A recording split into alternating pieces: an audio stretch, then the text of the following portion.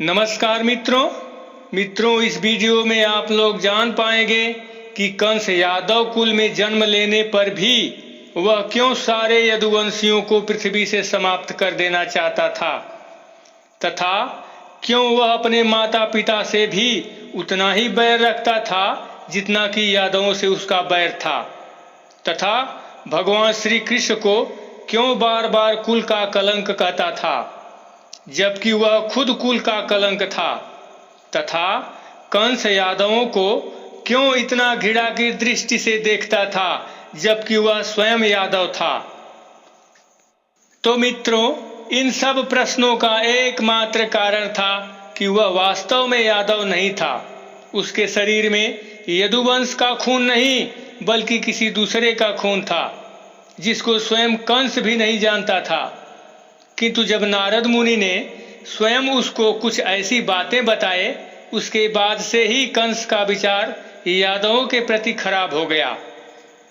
तो बात यहाँ से प्रारंभ होती है कि जब कंस ने श्री कृष्ण का वध करने के लिए उन्हें अपने यहाँ धनुष यज्ञ में आमंत्रित करके बुलवाया, तब कंस अपने सबसे प्रिय महावत से मिला और उससे अपने दिल की बात कुछ इस प्रकार से कहा जिसका वर्णन हरिवंश पुराण के विष्णु पर्व के अध्याय 28 में कुछ इस प्रकार से मिलता है। मैंने यादव कुल का भार वहन करने वाले अपने पिता को ही त्याग दिया।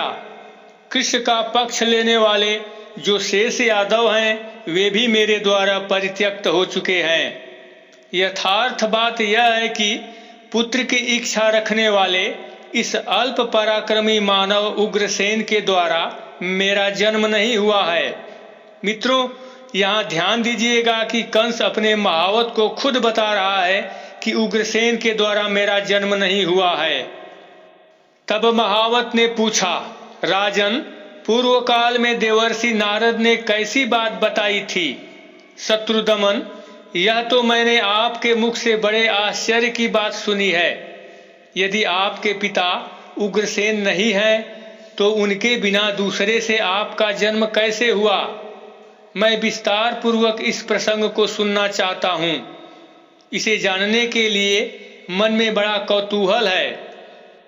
तब कंस ने कहा, महावत, यदि तुम्हारा विचार इस प्रसंग को सुनने का ही है तो प्रभावशाली महर्षि नारद बाबा ने मुझसे जैसा कहा था उसी तरह इस प्रसंग का वर्णन करूंगा। एक दिन नारद मुनि चंद्रमा की किरणों के समान श्वेत वस्त्र पहने और सिर पर जटामंडल का भार धारण किए वे इंद्र भवन से मेरे यहाँ आए। तब मैंने पाद्य अर्घ्य और आसन समर्पित करके विधि पूर्वक पूजा की। तब नारद जी बोले, वीर, तुमने शास्त्रीय विधि के अनुसार मेरा पूजन किया है, अतः मेरी यह एक बात सुनो और इसे ग्रहण करो। स्वर्णमय मेरु पर्वत देवताओं का निवास स्थान है। उस पर्वत के शिखर पर एक दिन देवताओं का समाज जुटा हुआ था। उसी में मैं भी गया था। वहाँ देवता लोग अनुचरों सहित तुम्हारे वध के अत्यंत दारुण उपाय पर विचार कर रहे थे। वहीं उनके मुख से यह बात मैंने सुनी थी। कंस, इस देवकी का जो 8वां गर्भ है उसमें विश्व वंदित भगवान विष्णु निवास करेंगे, अतः यह गर्भ तुम्हारी मृत्यु का कारण होगा। कंस, तुम देवकी के गर्भों को मार गिराने के लिए यत्न करो। और दूसरी बात यह है कि ये उग्रसेन तुम्हारा पिता नहीं है। सौभविमान का स्वामी ओज और तेज से संपन्न महाबली द्रुमिल तुम्हारा पिता है। नारद जी की यह बात सुनकर मुझे कुछ रोष आ गया। मैंने पुनः पूछा, ब्राह्मण, द्रुमिल नामक दानव किस तरह मेरा पिता हुआ? तपोधन विप्र, बताइए, मेरी माता के साथ उसका समागम कैसे हुआ? मैं यह सब विस्तार से सुनना चाहता हूँ। तब नारद जी ने कहा, राजन, बहुत अच्छा। द्रुमिल का तुम्हारी माता के साथ जो संवाद और समागम हुआ था वह सब मैं यथार्थ रूप से बता रहा हूँ, सुनो। एक समय की बात है जब तुम्हारी माता कौतूहल बस दूसरी स्त्रियों के साथ सुयामुन नामक पर्वत का दर्शन करने के लिए गई। वह वहां पर्वत के रमणीय शिखरों पर, जो मनोहर वृक्षों से सुशोभित थे, विचरण करने लगी। ऐसे समय में सौम विमान का अधिपति द्रुमिल नामक दीप्तिमान दानव भावी दैव योग से विधाता द्वारा प्रेरित होकर वहां आ पहुंचा।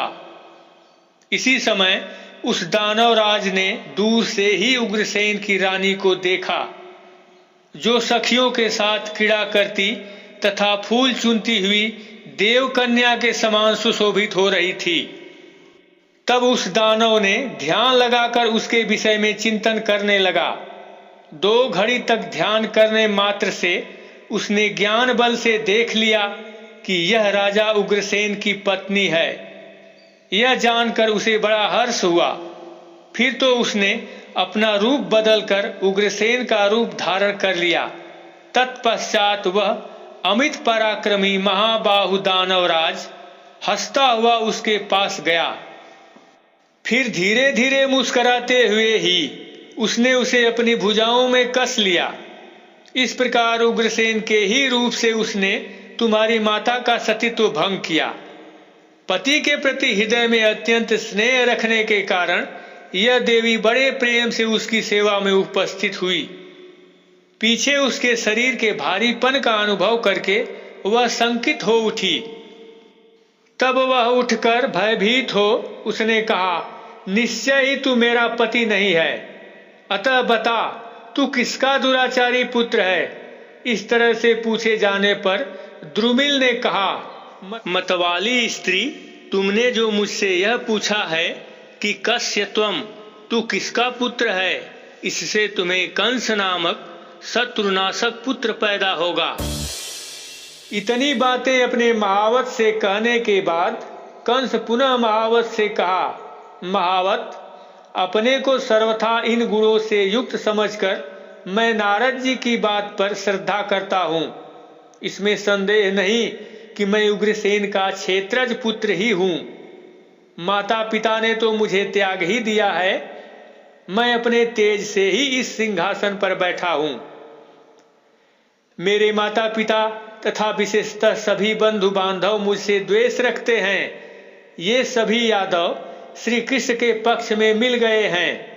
अतः मैं इन दोनों गोप कुल कलंक को हाथी के द्वारा मरवाकर इन यादवों का भी वध कर डालूंगा।